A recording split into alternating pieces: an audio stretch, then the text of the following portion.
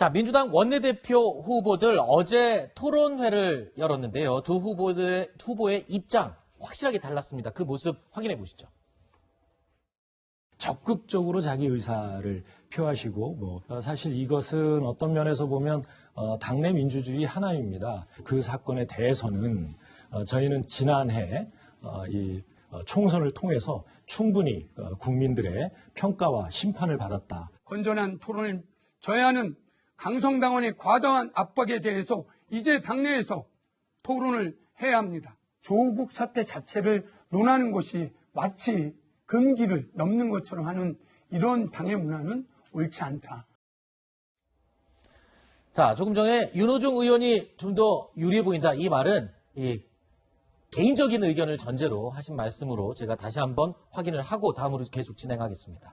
자, 조국 전 장관 사례를 두고 윤 의원 지난해요. 이 총선을 통해서 충분히 평가를 받았다라고 입장을 밝혔고 박완주 의원은요. 조국 사태를 금기시하는 당의 문화가 옳지 않다라는 말을 했습니다.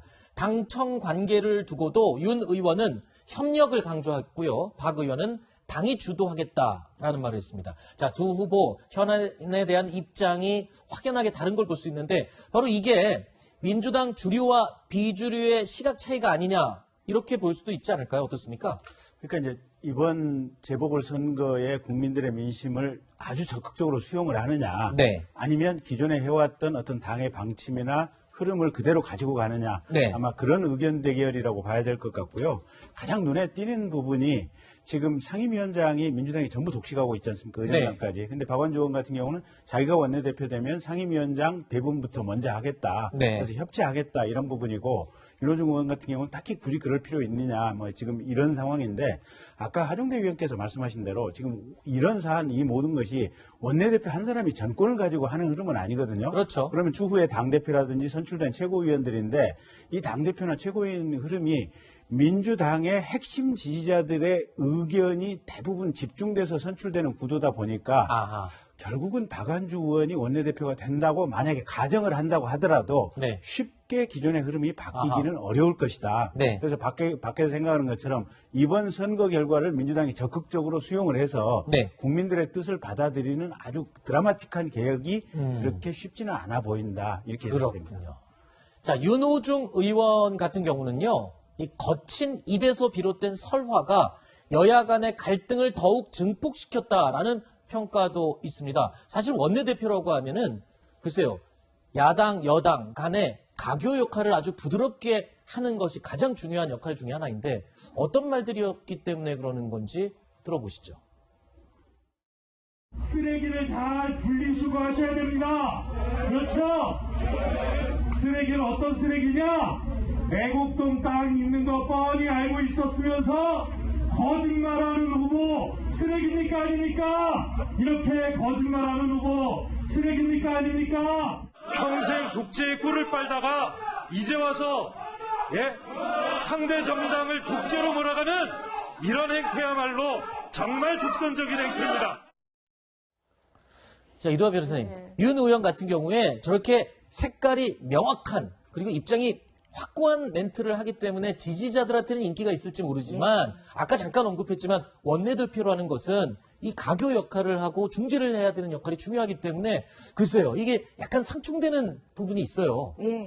윤호중 의원이 원내대표가 된다면 협치라는 건 있을 수가 없을 것 같아요. 그렇죠. 왜냐하면 본인이 이제 토론회나 그전에도 법사위원장을 하면 상임위원장은 원래 이제 그 사회를 보는 거기 때문에 한쪽 편을 들 수 없거든요. 근데 뭐 질문하는 거라든가 진행하는 걸 봤을 때는 사실 여당 법사위원장은 거의 예가 없었죠. 항상 야당에서 법사위원장을 배출했는데 상임위원장을 독식하면서 여당 법사위원장이 나왔는데요. 이게 진행할 때도 보면 저렇게 얘기하시는 거 아니에요. 뭐 평생 뭐를 하다가 독재에 뭐를 하다가 근데 그게 근거도 없어요. 누가 평생 독재 그 국회의원 중에 그 야당 국회의원 중에 누가 이랬는지 근거도 되지 않고 그냥 비난을 하시는 행동을 하시는 거잖아요. 그리고 후보에 대해서 제1야당 후보에 대해서도 말로 담을 수 없는 표현을 하셔서 제1야당에서는 그 당시에 대변인 논평이 징계를 해야 된다. 네. 근데 징계 대상이 돼야 된다고 주장하는 협상하는 분이 원내대표가 되면 무슨 협상이 되겠습니까? 그리고 윤호중 의원이 평소에도 항상 하시는 말씀이 국회는 그냥 다수결이다. 그러니까 우리가 과반수 의석이 넘으니까 우리 마음대로 하면 된다. 우리가 그냥 다수결로 해서 끌고 가면 된다. 입법 독주에 대해서 의지를 명확하게 보인 분이거든요. 그리고 네. 이분이 2000년도에도 대통령 비서실의 정책기획국장을 했고요. 사무총장을 2번이나 했어요. 네. 그중에 한 번이 2018년 9월부터 2020년 8월이니까 21대 총선 때 사무총장을 했으니까 21대 국회의원들은 대부분 이분하고 뭔가 이제 부탁 말이라도 한번 하고 이렇게 그게 있는 거예요. 신세를 진 게 있으니까 원내 대표는 국회의원들만 투표권을 행사하니까요. 네. 유리하시겠죠. 알겠습니다. 자, 그리고 이 또 자리가 사람을 만든다고요. 아무리 또 강한 발언을 했다 하더라도 원내대표 자리에 만약에 가게 된다면 또 사람은 바뀔 수도 있는 거니까 역할에 따라 얼마든지 또 바뀌는 게 정치인들의 또 임무이고 자리 아니겠습니까? 자, 현재 민주당이 독식하고 있는 국회 상임위원장 문제를 두고도 윤 의원이 지금 구도를 유지하겠다라는 입장인 반면에 박원주 의원은 지분 배분 논의를 해야 한다라는 입장을 밝혔습니다. 조금 전에 나왔던 얘기인데요. 직접 그들의 목소리로 확인해 보시죠. 17개가 여야 합의해갖고 된 게 아니라 합의 과정에서 생긴 기형적인 형태이기 때문에 이 부분에 대해서는 상임위 재분배에 대해서는 논의를 해야 되고요. 상임위 그다음에 국회 부의장 선출의 문제는 이런 부분들을 해결해 나가는 그런 여당 원내대표가 뭔가 좀 바뀌었구나 라고 하는 야당과도 적극적 소통을 하는구나. 이런 모습들을 바라는 게 국민들이고 우리 당내에서도 그런 요구들이 다수가 있다. 이렇게 생각을 하고 있습니다. 자, 보시는 것처럼 현재 국회 법사위원장은 윤호중 의원입니다. 만약에 윤 의원이 원내대표가 된다면요. 법사위원장 자리에서 내려와야 합니다. 그런데 이 차기 법사위원장을 민주당 3선인 정청래 의원이 넘겨받는 방안이 검토되고 있다는 이야기가 들리고 있습니다. 반면에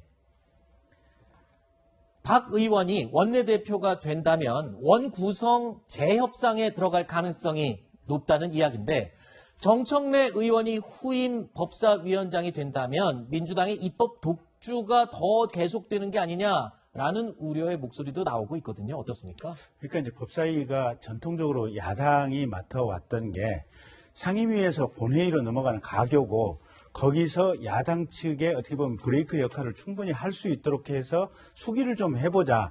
그런 취지에서 야당 출신이 항상 이 법사위원장을 맡아왔었거든요. 네. 근데 이번에는 지금 여당이 맡아왔고 특히 여당 안에서도 만약에 정청래 의원이 승계를 하게 된다면 그렇게 될 가능성이 훨씬 어떻게 보면 개인의 속성으로 보면 높아 보이긴 한데 다만 이제 이번 재보궐선거 어떤 충격도 있고 또 네. 내년에 대선도 있고 이러기 때문에 아마 여당에서는 쟁점이 될 만한 법안들을 네. 크게 밀어붙이지는 않을 거예요. 네. 그래서 아마 1년 동안 정치는 개인 속성으로 보면 그럴 가능성은 있지만 그럴 이슈 자체를 덜 만들 것이다. 이렇게 보고 있습니다. 알겠습니다.